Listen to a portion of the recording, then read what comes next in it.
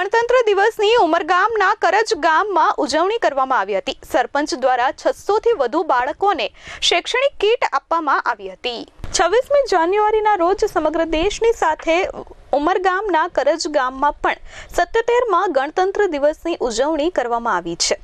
આ પ્રસંગે કરજ ગામના સરપંચ નીલાબેન કમલેશભાઈ ધોડીના વરદ હસ્તે કરજ ગામ સ્કૂલના પટાંગણમાં ધ્વજવંદન કરવામાં આવ્યું હતું અને રાષ્ટ્રગીત સાથે કાર્યક્રમની શરૂઆત કરવામાં આવી હતી। ગણતંત્ર દિવસ નિમિત્તે યોજાયેલી આ ઉજવણી દરમિયાન કરજ ગામના સરપંચ દ્વારા એક સરાહનીય પહેલ કરવામાં આવી છે।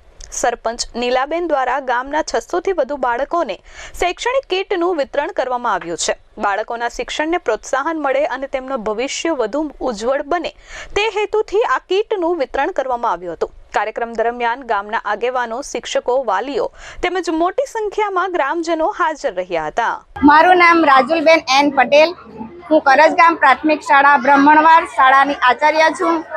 આજ રોજ 77માં પ્રજાસત્તાક દિન નિમિત્તે શાળામાં ધ્વજવંદનનો કાર્યક્રમ ઉજવવામાં આવ્યો।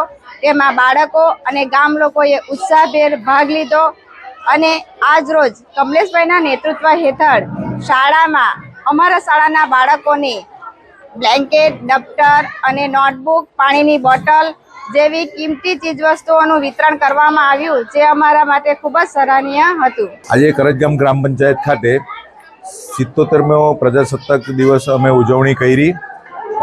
બ્રાહ્મણવાડ સ્કૂલ અને આગરીવાડ સ્કૂલમાં ઘણા બધા અમારા ગામના ભાઈઓ, બહેનો અને વિદ્યાર્થી મિત્રો સ્કૂલના પાટંગમાં પધારી અમે હોશ ઉલ્લાસથી અમે ધ્વજવંદન કરી।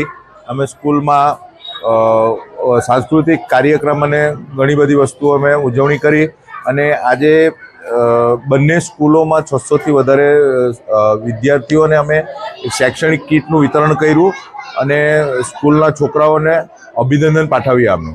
અમિત સિંહ રાજપૂત સાથે પ્રશાંત પંચાલ, S24 ન્યૂઝ, ઉમરગામ।